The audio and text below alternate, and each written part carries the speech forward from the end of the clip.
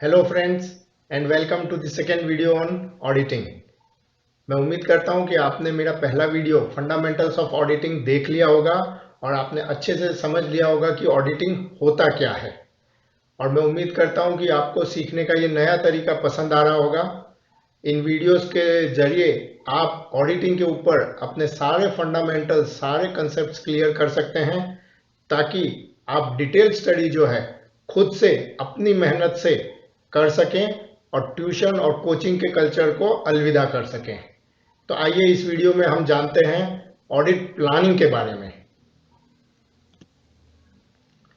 Friends, इस video में हम देखेंगे कि ऑडिट प्लानिंग में क्या क्या इश्यूज इन्वॉल्व होते हैं।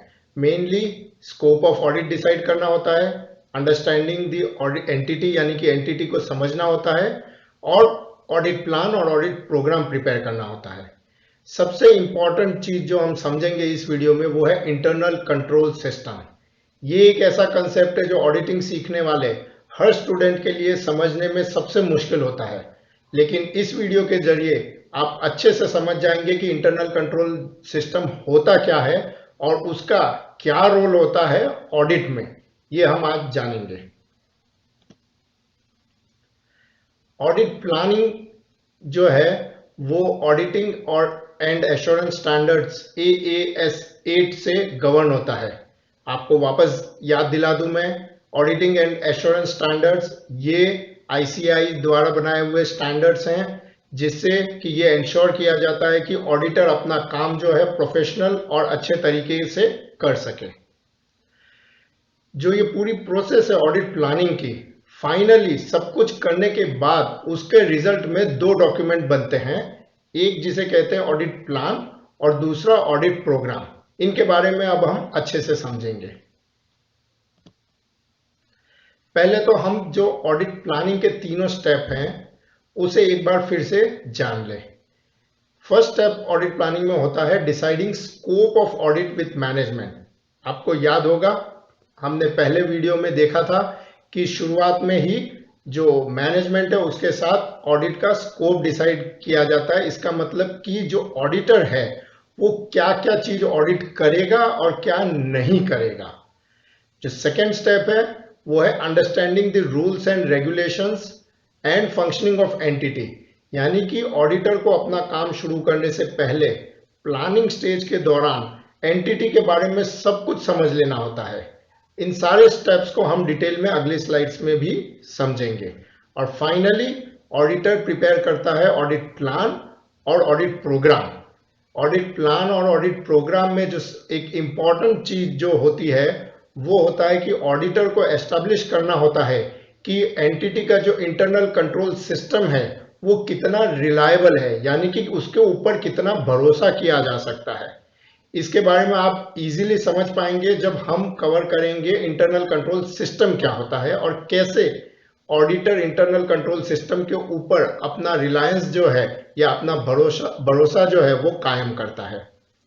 और इसी ऑडिट प्लानिंग का स्टेप होता है जिसमें ऑडिटर ये डिसाइड करता है कि जो ऑडिट प्रोसीजर है यानी कि जो ऑडिट एग्जीक्यूशन स्टेज है उसमें कितना ऑडिट करना, कब ऑडिट करना और कैसे ऑडिट करना, वो भी ऑडिट प्लानिंग में डिसाइड होता है। ऑडिट प्लान और ऑडिट प्रोग्राम के बीच में बहुत ज्यादा फर्क नहीं होता है। आप इतना समझ लीजिए, ऑडिट प्लान एक ब्रॉड डॉक्यूमेंट है, यानी कि उसमें ऑडिट एग्जीक्यूशन के संबंध में जो है मोटी मोटी बातें कवर की जाती है कि ऑडिट कैसे किया जाएगा। और ऑडिट प्लान एक डिटेल डॉक्यूमेंट है जो ऑडिट प्लान के बेस पे ही बनाया जाता है। ऑडिट प्रोग्राम में सारी डिटेल, एक एक चीज की डिटेल होती है कि हर एक एस्पेक्ट जो एंटिटी का ऑडिट किया जाएगा वो कैसे किया जाएगा, उसमें क्या क्या पॉइंट्स देखे जाएंगे, उससे संबंधित रूल्स क्या हैं, क्या रिस्क है, ये सारा कुछ डिटेल में जब लिखा जाता है तो उसे ऑडिट प्रोग्राम कहते हैं। और जब ब्रॉडली लिखा जाता है, शॉर्ट में लिखा जाता है, तो उसे ऑडिट प्लान कहते हैं। ये भी समझना जरूरी है कि ऑडिट प्लान और ऑडिट प्रोग्राम एक बार बनने के बाद वो फिक्स नहीं हो जाते हैं, ये डायनेमिक डॉक्यूमेंट होते हैं। यानी कि एक बार ऑडिट प्लान बनने के बाद जब एक्चुअल ऑडिट किया जाता है तब अगर ऑडिटर के ध्यान में कुछ नई बातें आती है, कुछ नए इश्यूज आते हैं, तो ऑडिट प्लान और ऑडिट प्रोग्राम को वो कभी भी चेंज कर सकते हैं। पहला स्टेप ऑडिट प्लानिंग का जो है scope of audit, AAS 26 terms of engagement जो है उसमें इसके बारे में डिटेल में बताया गया है, जो आप कभी भी इसको पढ़ के भी समझ सकते हैं इजीली और याद रख सकते हैं। इसलिए इस वीडियो में हम उसके डिटेल में नहीं जाएंगे, लेकिन शॉर्ट में हम समझेंगे कि जब टर्म्स ऑफ एंगेजमेंट फाइनल की जाती है तब मैनेजमेंट जो है ऑडिटर को एक एंगेजमेंट लेटर देता है जिसमें सारे terms and conditions of engagement लिखी हुई होती है। यहाँ पे जो समझना जरूरी है कि अगर मैनेजमेंट ये चाहता है कि कोई पर्टिकुलर एरिया है जो मैनेजमेंट का या अकाउंटिंग का जो ऑडिटर ऑडिट नहीं करेगा, तो उसे क्लियरली स्कोप लिमिटेशन में की तरफ से टर्म्स ऑफ एंगेजमेंट में लिखा जाता है, और यही स्कोप ऑफ लिमिटेशन लास्ट में जब ऑडिटर अपनी रिपोर्ट बनाता है तो भी वो लिखता है कि ये एरियाज या ये इश्यूज मैंने एग्जामिन नहीं किए क्योंकि ये टर्म्स ऑफ एंगेजमेंट में नहीं थे। यहां पे हमें ये समझना जरूरी है कि जो कंपनीज का फाइनेंशियल स्टेटमेंट्स का ऑडिट किया जाता है वो ऑडिट जो है वो गवर्नमेंट द्वारा तय किया गया है कि कैसे होगा और कौन करेगा। इसलिए जो स्टैट्यूटरी फाइनेंशियल ऑडिट है कंपनी का, फाइनेंशियल स्टेटमेंट्स का ऑडिट है, उसके ऊपर मैनेजमेंट किसी तरह का स्कोप लिमिटेशन नहीं लगा सकता है। हाँ, जो ऑडिट कंपनी के अलग अलग फंक्शंस का होता है उसके ऊपर मैनेजमेंट जो है स्कोप लिमिटेशन लगा सकता है, लेकिन उसमें भी ये ध्यान रखना बहुत जरूरी होता है कि जो स्कोप लिमिटेशन मैनेजमेंट ने लगाया है वो रीजनेबल है, क्योंकि अगर बहुत ज्यादा स्कोप लिमिटेशन मैनेजमेंट लगा देगा तो ऑडिट का कोई मतलब नहीं रह जाएगा। नेक्स्ट स्टेप जो है ऑडिट प्लानिंग का, जो सबसे इंपॉर्टेंट स्टेप है किसी ऑडिटर के लिए, वो है अंडरस्टैंडिंग द एंटिटी, यानी कि जिस एंटिटी का ऑडिट करना है उसे अच्छी तरह से समझना बहुत जरूरी होता है। एंटिटी को समझने के लिए ऑडिटर को क्या क्या जानना होता है? सबसे इंपॉर्टेंट चीज कि एंटिटी का बिजनेस एनवायरनमेंट क्या है, यानी कि एंटिटी किस इंडस्ट्री में है, उस इंडस्ट्री में डिफरेंट फंक्शंस कैसे होते हैं, बिजनेस एक्टिविटीज कैसे कंडक्ट की जाती है, किस तरह के ट्रांजैक्शंस होते हैं, क्या रिस्क होते हैं, ये सब जानना जरूरी होता है। और दूसरा और सबसे इंपॉर्टेंट एस्पेक्ट है understanding entities accounting system, policies and internal control procedure, यानी कि एंटिटी का अकाउंटिंग सिस्टम क्या है, उसमें मैनुअल भी हो सकता है और डिजिटल भी हो सकता है।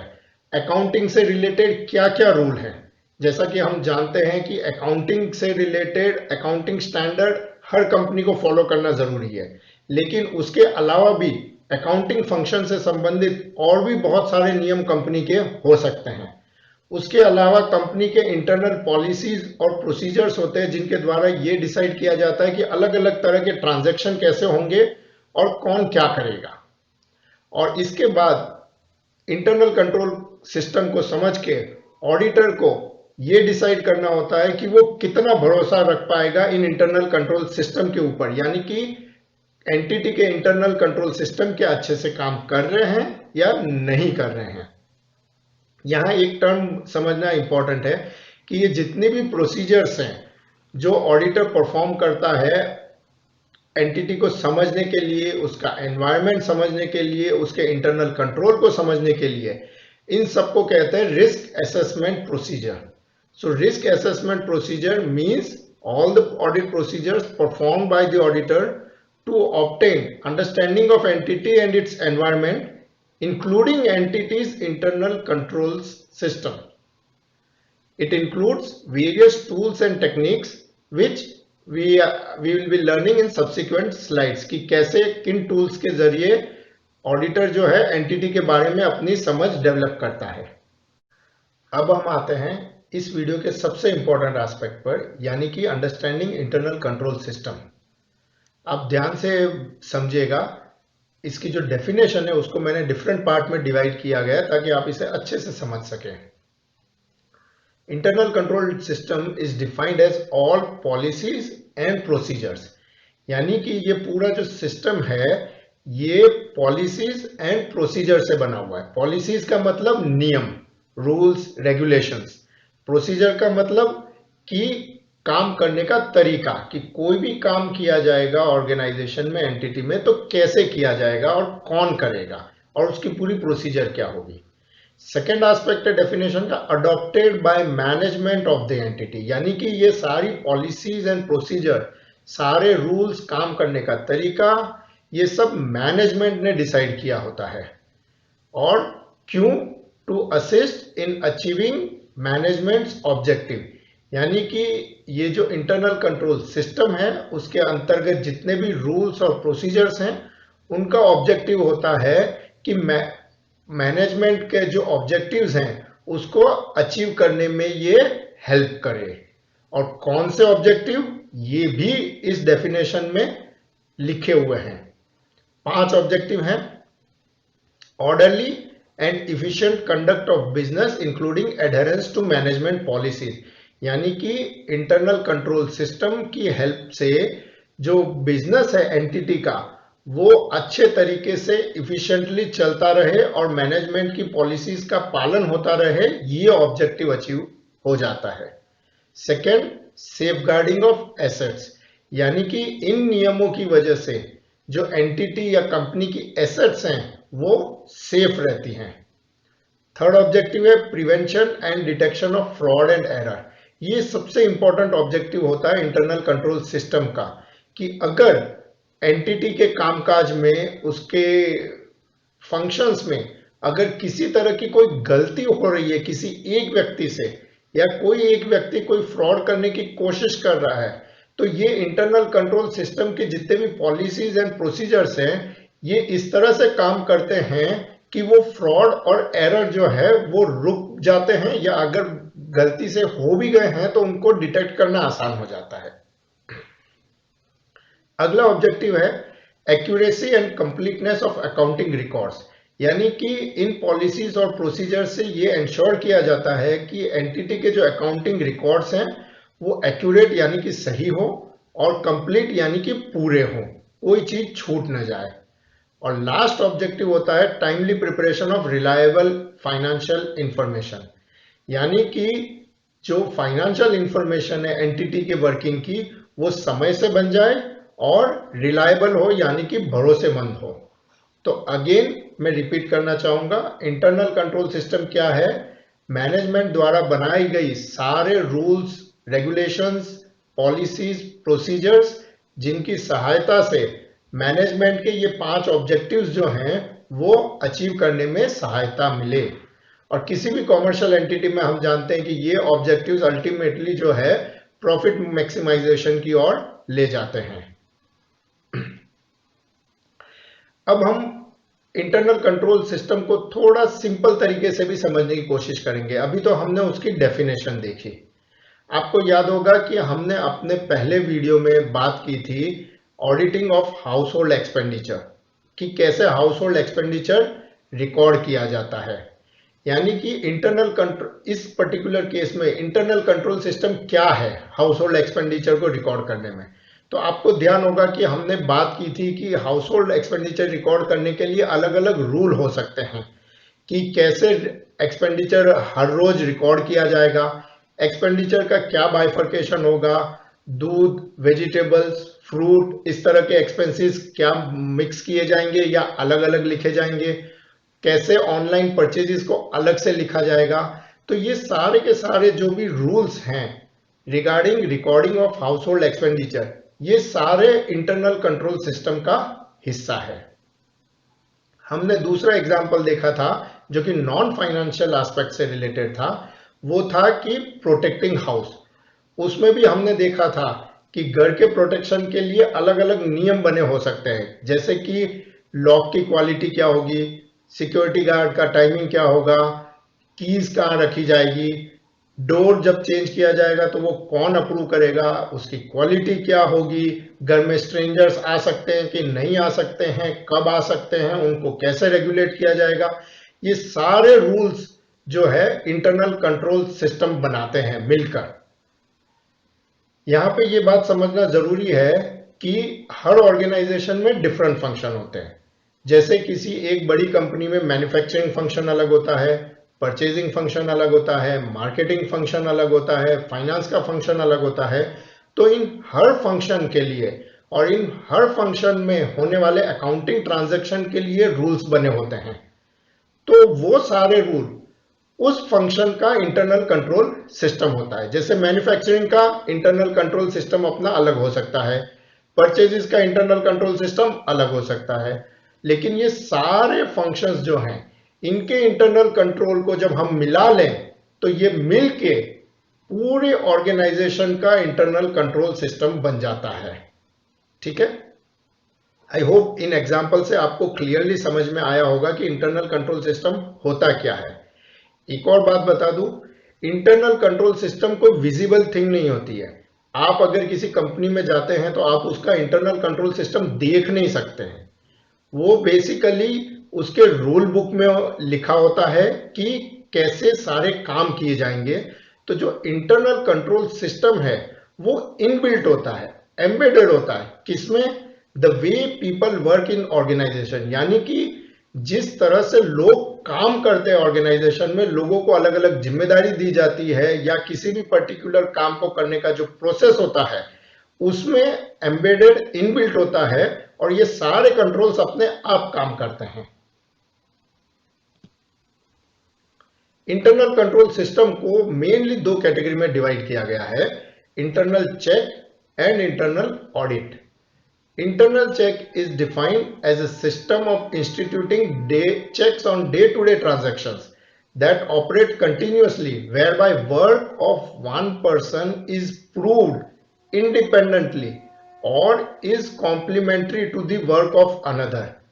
यानी कि इंटरनल चेक सिस्टम एक ऐसा सिस्टम है कि जिसमें लोग जो काम कर रहे हैं किसी भी ऑर्गेनाइजेशन में, उनके काम को इस तरह से डिस्ट्रीब्यूट किया जाता है या उस काम को करने के प्रोसेस को ऐसे डिजाइन किया जाता है कि एक व्यक्ति का काम दूसरे व्यक्ति से कॉम्प्लीमेंट्री होता है और इंडिपेंडेंटली एक व्यक्ति के काम जो है सही तरीके से हो रहा है कि नहीं हो रहा है, वो दूसरा व्यक्ति जब अपना काम कर रहा है तो अपने आप चेक हो जाता है।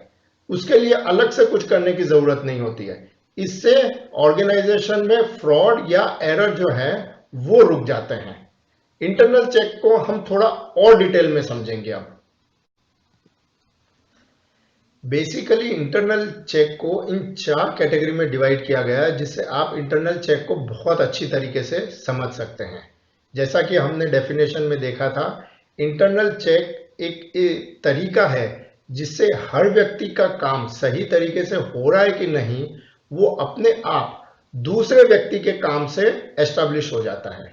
तो इंटरनल चेक को 4 कैटेगरी में डिवाइड किया गया है। पहला है सेग्रीगेशन ऑफ ड्यूटी, यानी कि जिम्मेदारियों को बांट देना। इसके अंतर्गत किसी भी एंटिटी में काम करने वाले डिफरेंट लोगों की जिम्मेदारी इस तरह से बांट दी जाती है कि वे एक दूसरे के काम को कॉम्प्लीमेंट करते हैं। कैसे? हम एक छोटे से एग्जाम्पल के लिए समझेंगे। अगर किसी एंटिटी में कोई परचेजिंग किया जाता है, यानी कि रॉ मटेरियल का मान लो परचेज किया गया, तो उस परचेज को करने के लिए एक डिपार्टमेंट जिम्मेदार होता है कि जो परचेज का ऑर्डर प्लेस कर रहा है। उसके बाद जब सामान आ गया तो उसको रिसीव और स्टोर करने की जिम्मेदारी किसी और डिपार्टमेंट की होती है। और जब सही सामान सही समय पर सही तरीके से आ गया है तो परचेज के लिए पेमेंट करने की जिम्मेदारी तीसरे डिपार्टमेंट की होती है। तो इस तरह से सिर्फ जो परचेज करने का फंक्शन है उसको 3 अलग अलग डिपार्टमेंट में डिवाइड कर दिया जाता है, ताकि तीनों का काम जो है एक दूसरे को कॉम्प्लीमेंट करे। और अगर एक व्यक्ति से कोई गलती हो रही है तो वो दूसरे व्यक्ति के काम में ऑटोमेटिकली पता चल जाए। जैसे कि मान लीजिए परचेज ऑर्डर दिया गया था 100 यूनिट का परचेज डिपार्टमेंट से। अब ये जानकारी सिर्फ परचेज डिपार्टमेंट के पास है, लेकिन स्टोर डिपार्टमेंट जो है, जो जिसका काम है कि उस परचेज माल को रिसीव करना और स्टोर करना, सपोज उसके पास जब माल आता है और उसमें सिर्फ 95 यूनिट होते हैं। तो चाहे परचेज डिपार्टमेंट को नहीं भी पता है तो भी स्टोर डिपार्टमेंट को पता चल गया कि 100 यूनिट्स जो है ऑर्डर किए गए थे और उसमें से 95 ही आए हैं। तो जब स्टोर डिपार्टमेंट जो रिसीव्ड मटेरियल को रिकॉर्ड करेगा तो उसमें लिखेगा कि 95 यूनिट्स रिसीव किए गए। तो जब इस परचेज का पेमेंट होने जाएगा तो 100 यूनिट का पेमेंट नहीं होगा, चाहे परचेज डिपार्टमेंट ने जो अपना परचेज ऑर्डर भेजा होगा उसमें 100 यूनिट दिख रहे होंगे, लेकिन जब 95 यूनिट्स जो रिसीव हुए थे जो स्टोर डिपार्टमेंट ने रिकॉर्ड किया उसको देखकर पेमेंट डिपार्टमेंट सिर्फ 95 यूनिट का पेमेंट करेगा। तो यहां पे कि तीनों डिपार्टमेंट का फंक्शन अलग अलग था तो यहां पे गलती होने के चांस नहीं रहेंगे कि ऑर्डर 100 यूनिट का दिया गया था, 95 यूनिट आए, गलती से कहीं 100 यूनिट का पेमेंट तो नहीं हो गया। ये गलती होने के या कोई व्यक्ति जानबूझकर ऐसा फ्रॉड करने की कोशिश करे तो वो पकड़ा जाएगा। तो एक ही फंक्शन या एक ही लाइन ऑफ फंक्शन को अलग अलग डिपार्टमेंट में इस तरह से डिवाइड कर दिया जाता है कि जिससे एक व्यक्ति के काम का जो है मूल्यांकन दूसरा व्यक्ति ऑटोमेटिक अपने काम से ही कर लेता है। दूसरा इंटरनल चेक का इंपॉर्टेंट एस्पेक्ट है ऑथोराइजेशन ऑफ ट्रांजैक्शन, यानी कि कौन व्यक्ति क्या करेगा। हम अगर इसी परचेज ट्रांजैक्शन के एग्जाम्पल को आगे बढ़ाएं तो ऑर्गेनाइजेशन के रूल होते हैं कि अगर एग्जाम्पल हम लें कि कोई ऑर्गेनाइजेशन ये नियम बना सकता है कि अगर 5 लाख तक का परचेज होगा तो वो असिस्टेंट परचेज मैनेजर जो है वो खुद अपने हिसाब से उसको फाइनल करके ऑर्डर प्लेस कर सकता है।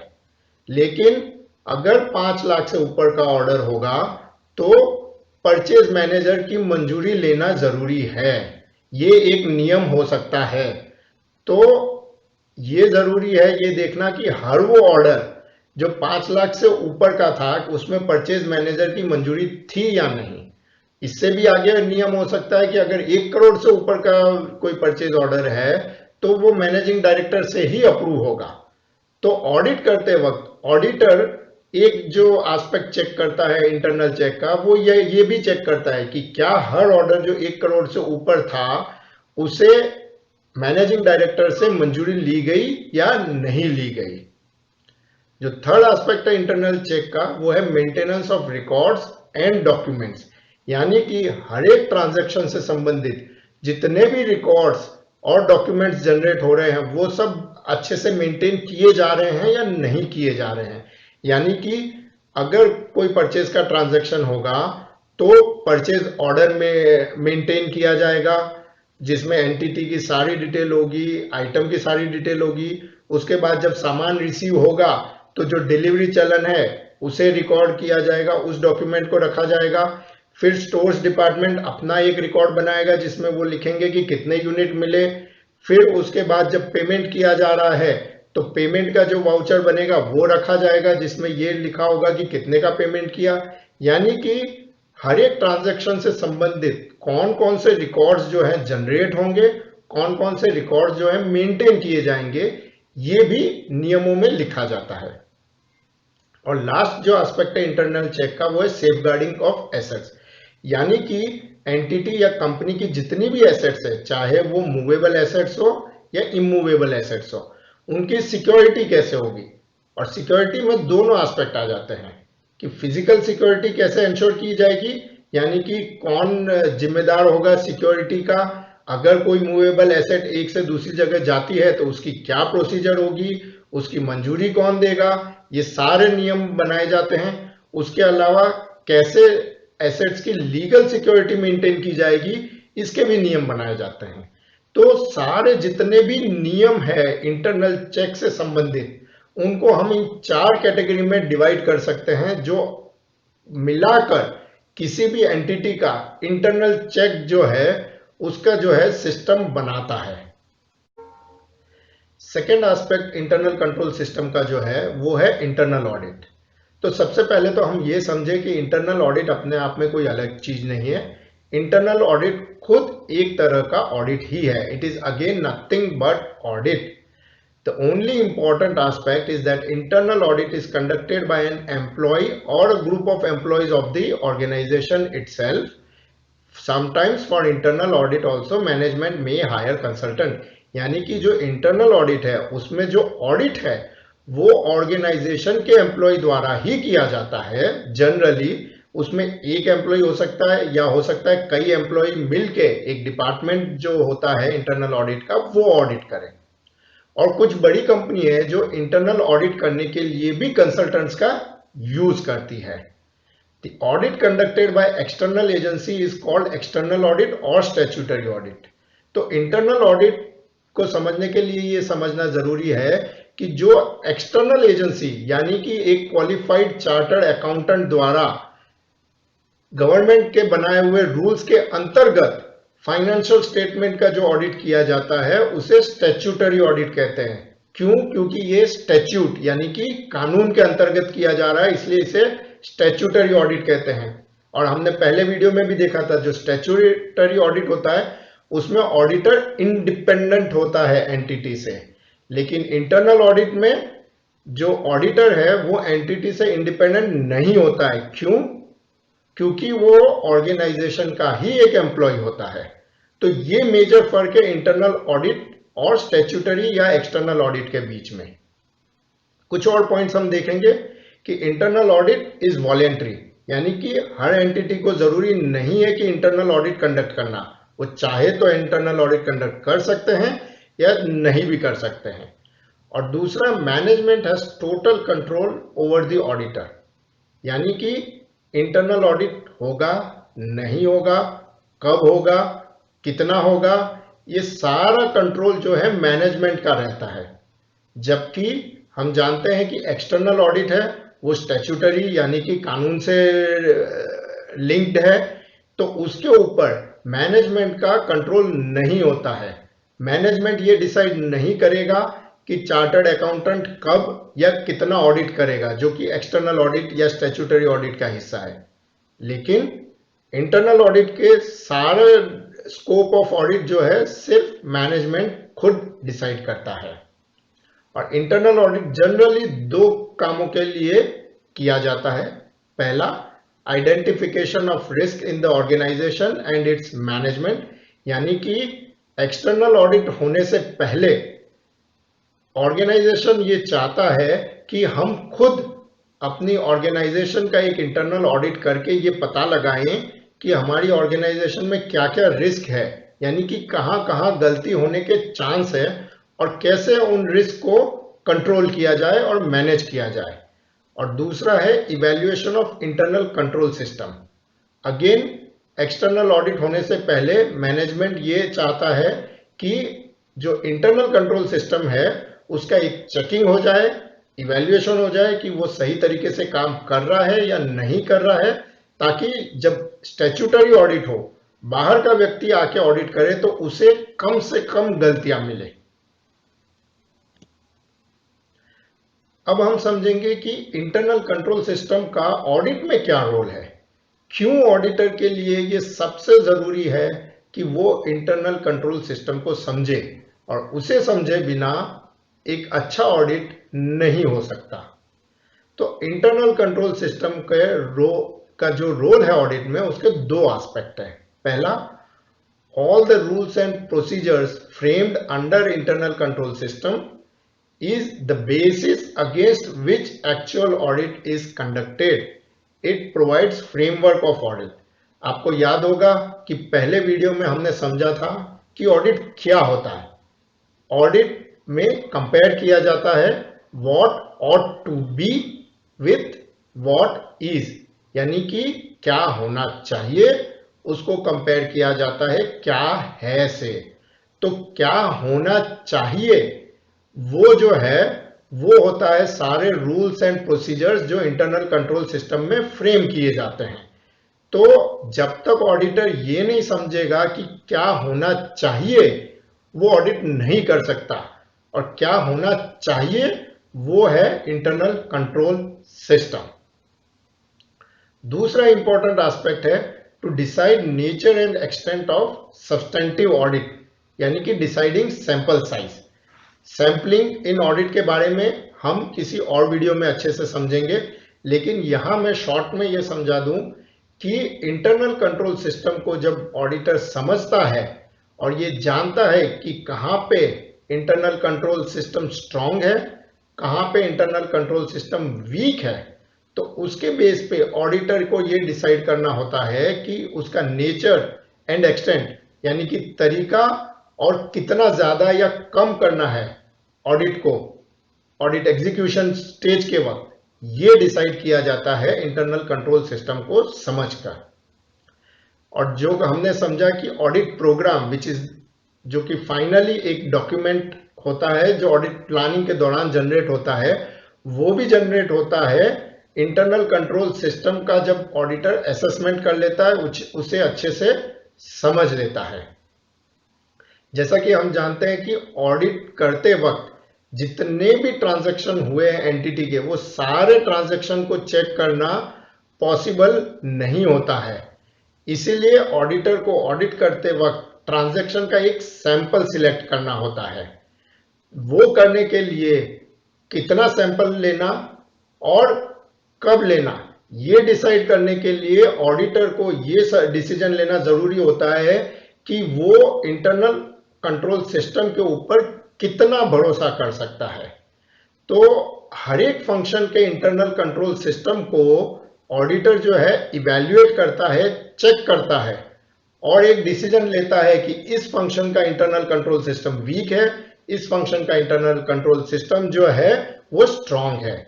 तो जहां पे इंटरनल कंट्रोल सिस्टम वीक है तो ऑब्वियस है कि वहां पे ऑडिटर ज्यादा ट्रांजैक्शन सिलेक्ट करता है ऑडिट करने के लिए, ताकि अगर कोई गलती हुई हो तो वो छूट न जाए।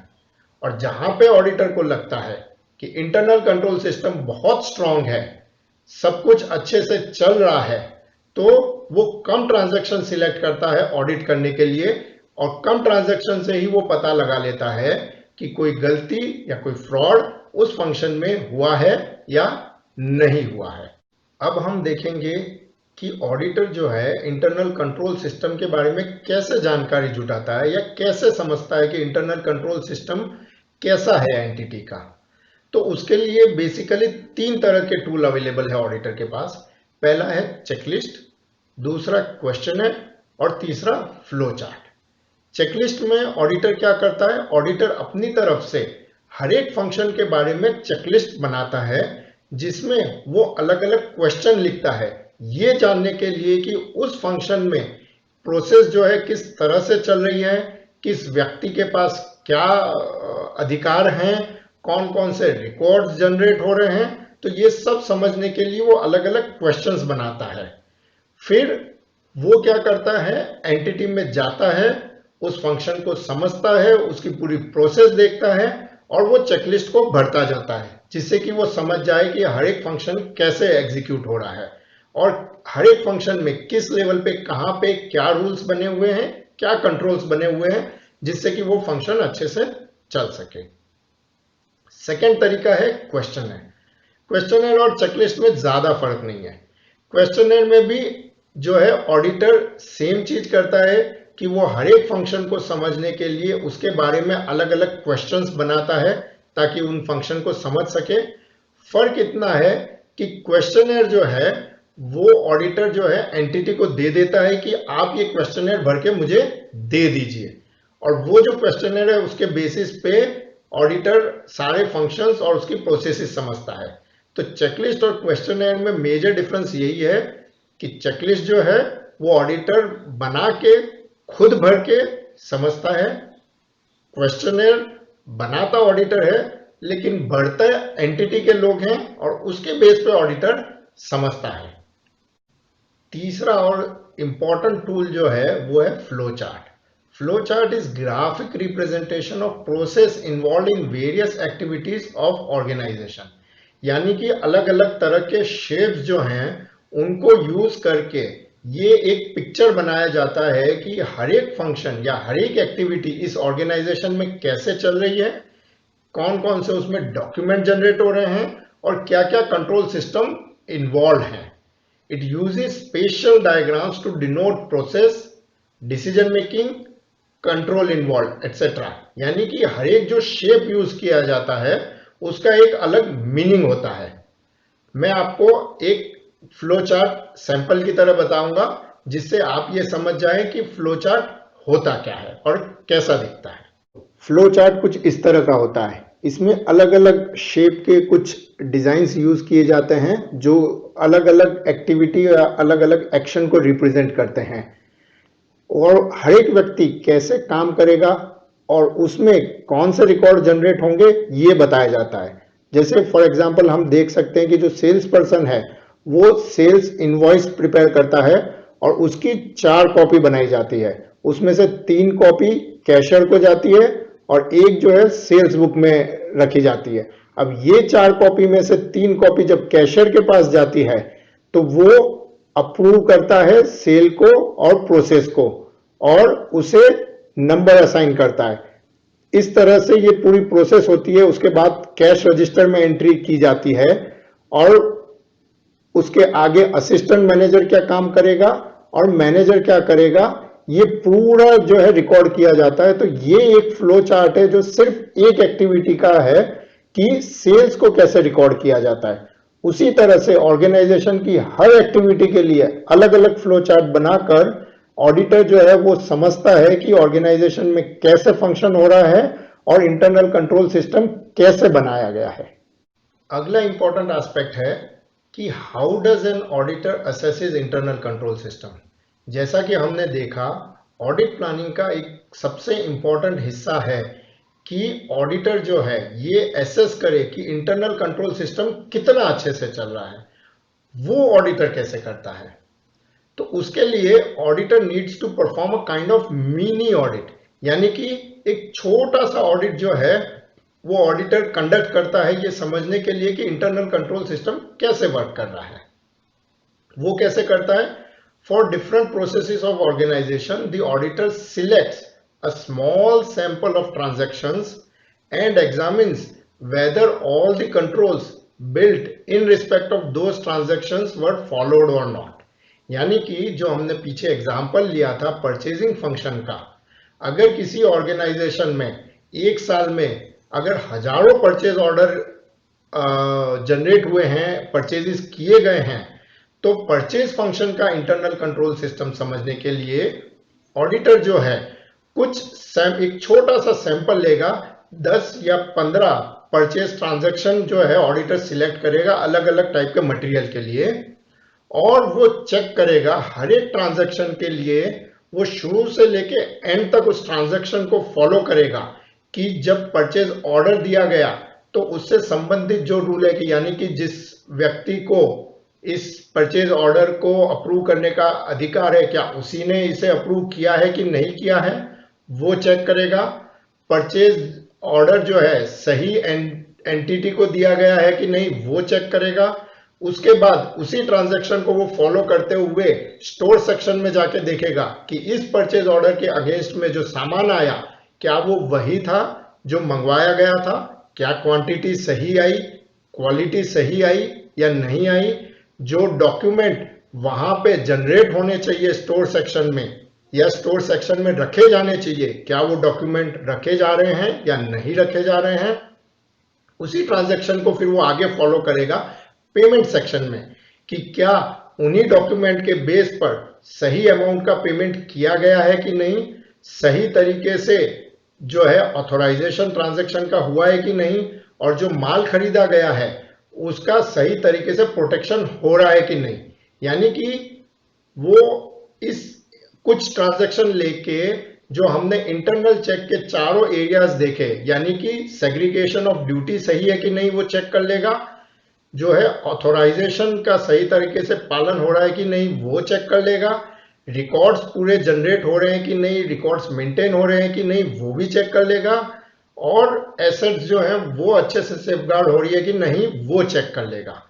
तो कुछ ये सिलेक्टेड ट्रांजैक्शन का जो सैंपल है उसका जो रिजल्ट होगा उसके बेस पे जो है ऑडिटर ये डिसाइड कर पाएगा कि जो परचेजिंग फंक्शन है उसका इंटरनल कंट्रोल सिस्टम रिलायबल है या नहीं है।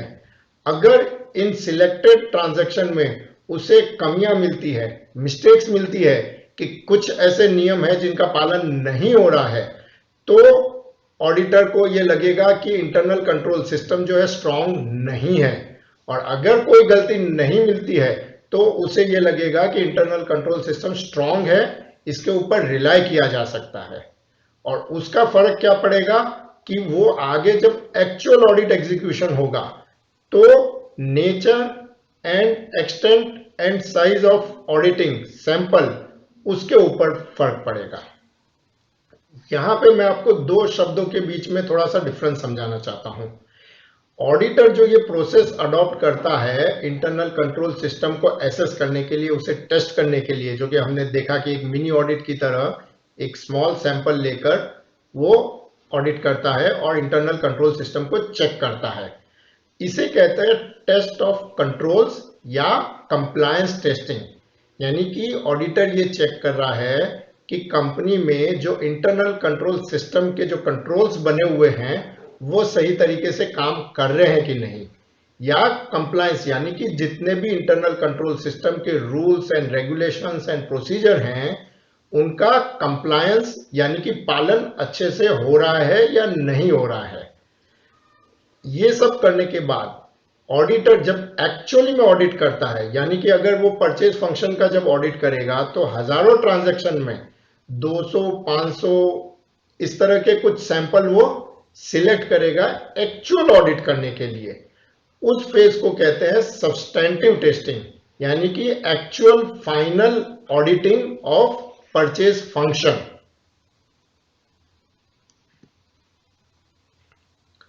दोस्तों, हमने जो बात की थी कि ऑडिट प्लानिंग का जो फाइनल आउटपुट है वो होता है audit plan and audit programme. ये जो दो डॉक्यूमेंट है वो फाइनली बनाए जाते हैं at the end of audit planning.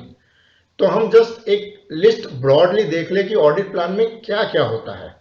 उसमें टर्म्स ऑफ एंगेजमेंट का लेटर होता है, बिजनेस एनवायरनमेंट ऑफ एंटिटी के बारे में जो भी ऑडिटर ने समझा है उससे रिलेटेड डॉक्यूमेंट होते हैं, अकाउंटिंग पॉलिसी जो एंटिटी की है वो उसमें होती है, कौन कौन से इंपॉर्टेंट एरियाज हैं जिसके ऊपर ऑडिट में फोकस किया जाएगा वो उसमें होता है, materiality level for different areas of audit and overall materiality level जो है वो डिसाइड किया जाता है। इसके बारे में हम अगले वीडियोस में समझेंगे मटेरियलिटी लेवल क्या होता है।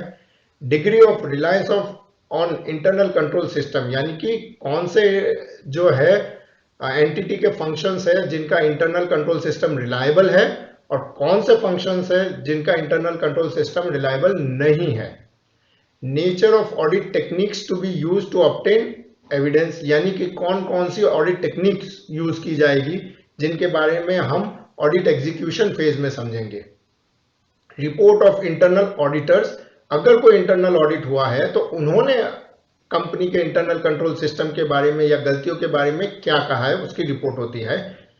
वेदर टू इन्वॉल्व एक्सपर्ट्स और नॉट, कुछ इंडस्ट्री में कई बार ऑडिटर को जरूरत पड़ती है कि उसे एक्सपर्ट्स को भी इन्वॉल्व करना पड़ता है जिन एस्पेक्ट्स को वो खुद नहीं समझ पाता है, ताकि या तो ऑडिट प्लान करते वक्त उसे ये डिसाइड करना होता है कि क्या उसे कुछ एक्सपर्ट को इन्वॉल्व करना है या नहीं करना होता है। और अगर कोई ऑडिट जॉइंट ऑडिट हो रहा है यानी कि एक से ज्यादा ऑडिटर इन्वॉल्व है तो कौन सा ऑडिटर क्या काम करेगा ये सब भी ऑडिट प्लान में लिखा जाता है। ऑडिट प्रोग्राम में क्या होता है? ऑडिट प्रोग्राम जैसा कि हमने देखा ऑडिट प्लान के बेस पे ही एक और डिटेल डॉक्यूमेंट बनाया जाता है जिसे ऑडिट प्रोग्राम कहते हैं।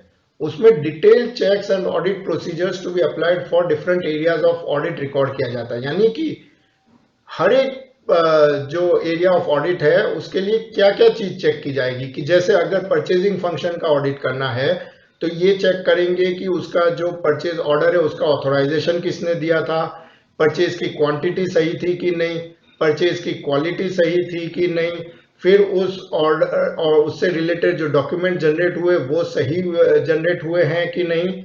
फिर उसके बाद में जब स्टोर सेक्शन में चेक किया जाएगा तो कौन कौन से डॉक्यूमेंट चेक किए जाएंगे, क्या क्या चीजें चेक की जाएगी, ये सब कुछ डिटेल में लिखा जाता है ऑडिट प्रोग्राम में, जो कि ऑडिट प्लान में नहीं होता है। उसके बाद ऑडिट प्रोग्राम में होता है details of persons to be deployed for audit work. मतलब इस पर्टिकुलर ऑडिट के लिए कौन कौन से व्यक्ति को ऑडिटर की तरफ से डिप्लॉय किया जाएगा यानी कि लगाया जाएगा और वो कितने दिन काम करेंगे। फिर timing of deploying audit techniques specially in respect of stock and cash, यानी कि स्टॉक और कैश का ऑडिट करते वक्त कौन कौन सी ऑडिट टेक्निक जो है वो यूज की जाएगी।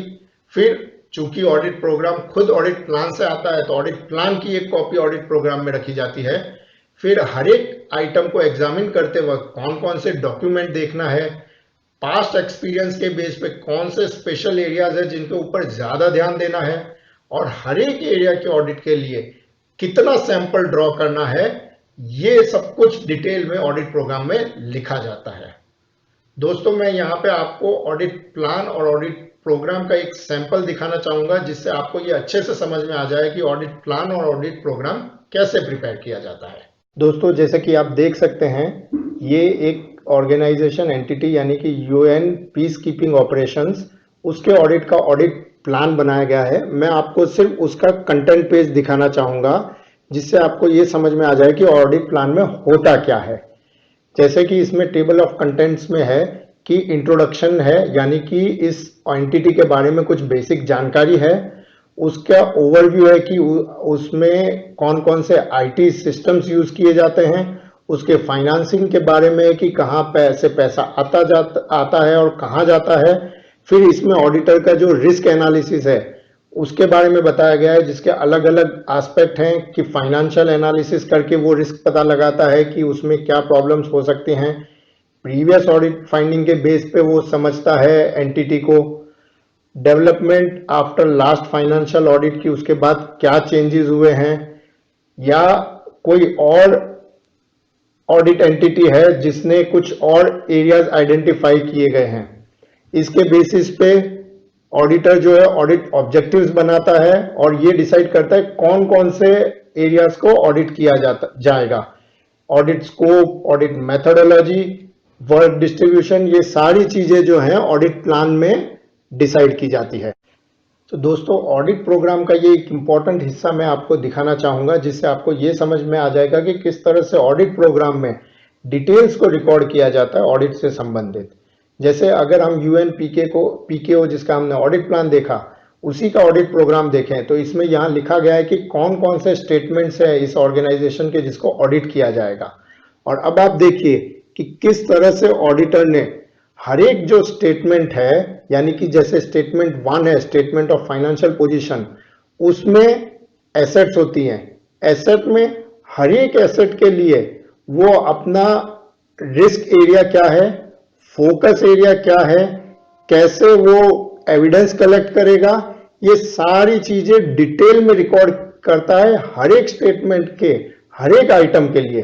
तो इसी तरह से ऑडिट प्रोग्राम में डिटेल्ड एग्जीक्यूशन प्लान जो है वो लिखा जाता है जो कि ऑडिट प्लान के बेस पे बनाया जाता है। तो दोस्तों ये था हमारा वीडियो ऑडिट प्लानिंग के ऊपर। मैं उम्मीद करता हूं कि इस वीडियो को देखकर आपको ऑडिटिंग और ऑडिट प्लानिंग के बारे में अच्छे से समझ आ गया होगा, जिसके बेस पे आप इससे संबंधित जितने भी डिटेल बातें हैं वो समझ सकते हैं और याद रख सकते हैं। अगर आपको मेरा ये वीडियो पसंद आया है तो इसे जरूर लाइक करें, चैनल को सब्सक्राइब करें। मैं और वीडियो भी डालता रहूंगा, और अगर इस वीडियो से संबंधित कोई भी क्वेरी या डाउट है तो उसे कमेंट सेक्शन में जरूर लिखें। Thank you.